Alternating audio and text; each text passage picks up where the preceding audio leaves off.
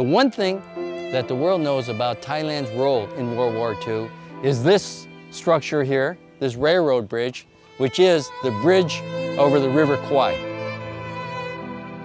There was no way that the Japanese military forces could have taken the British colonies in Southeast Asia, especially Singapore, an island fortress with guns facing the sea. There was no way the Japanese could take it from the sea, even though they had heavy battleships, and get past Singapore to invade Burma and India. That would have been impossible militarily. Now Thailand here, although officially neutral in the war, it wasn't siding with the Allies or Japan supposedly, it provided the bases for the Japanese army to set up camp here and launch the attack down the Malaysian peninsula, where then it could take Singapore from the land side, where the British didn't expect it. It was a seminal victory. The capture of Singapore was not only a blow to the British psychology and the British force in Asia, it also was a signal to all the colonial subjects around the world that in fact the sun does set on the British Empire, that the myth of British invincibility was smashed forever. Now, besides the military bases, what Thailand provided to the Japanese war effort were most of all food. Japanese did not have enough food from home. This was much closer. They could ship rice in to all the wartime fronts and feed the people that the British left behind, because the infrastructures there all collapsed and the Japanese had to feed them. Thai was the rice bowl of Southeast Asia.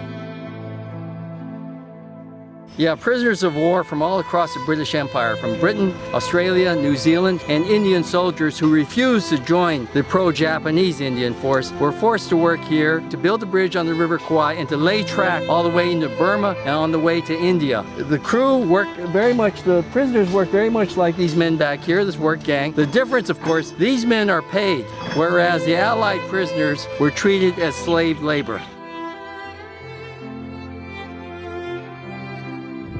What was it like psychologically for the prisoners of war here? The very famous movie, The Bridge Over River Kwai, depicted the split in the thinking of the prisoners. On one hand, some of the British soldiers were thinking, let's just help the Japanese get this bridge built as fast as we can and then sit out the rest of the war in a prisoner of war camp.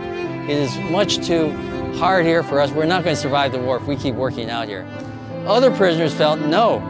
We've got to slow this thing down. We've got to sabotage the bridge, get any way for the Allies to come here and bomb this bridge so Japan does not win this war. Because if Japan wins this war, we're going to be in a concentration camp for the rest of our lives.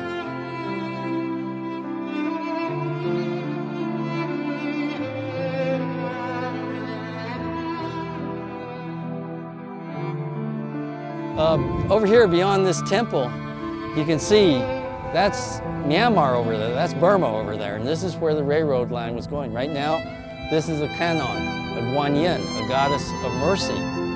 But back in those days, there was no mercy shown by either side.